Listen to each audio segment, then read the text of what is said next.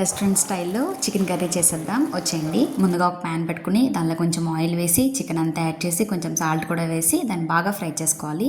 ఇది ఫ్రై అయిన తర్వాత చిన్నగా కట్ చేసి పెట్టుకున్న ఆనియన్స్ అండ్ అల్లం టమాటోస్ కూడా బాగా ఫ్రై చేసి దాన్ని ఒక పేస్ట్ లాగా ప్రిపేర్ చేసుకోవాలి. నెక్స్ట్ దానిలో ఒక 1 ఆనియన్ అండ్ అలానే కొంచెం పచ్చిమిర్చి కూడా బాగా ఫ్రై చేసుకుని అది ఫ్రై అయిపోయిన తర్వాత దానిలో కొంచెం జింజర్ గార్లిక్ పేస్ట్ కూడా యాడ్ చేసుకోవాలి. ఇదంతా ఫ్రై అయిన తర్వాత మనం ముందుగా మిక్స్ చేసి పెట్టుకున్న పేస్ట్ అనేది దానిలో యాడ్ చేసి కారం, పసుపు, సాల్ట్ అన్నీ సరిపడా వేసి అవి కొంచెం ఫ్రై అయిన తర్వాత ఒక 2 స్పూన్స్ ఆఫ్ కర్డ్ కూడా యాడ్ చేయాలి. ఇదంతా బాగా మిక్స్ అయ్యేలా కలిపి దీనిలో అయితే జీడిపప్పు అండ్ అలానే నువ్వులు కలిపి పేస్ట్ చేసిన పేస్ట్, గ్రేవీకి సరిపడాన్ని వాటర్ కూడా యాడ్ చేసి బాగా మిక్స్ చేసుకోవాలి. ఇప్పుడు దానిలో కొంచెం కొత్తిమీర కూడా యాడ్ చేసి మనం ముందుగా ఫ్రై చేసి పెట్టుకున్న చికెన్ అంతా కూడా వేసి బాగా మిక్స్ చేసి హై ఫ్లేమ్లో కొంచెం కర్రీలా దగ్గర పడేంత వరకు కుక్ చేసుకుంటే మన చికెన్ కర్రీ అనేది రెడీ అయిపోయింది. టేస్ట్ చాలా బాగుంది. మీరు కూడా ఒకసారి ట్రై చేసేయండి.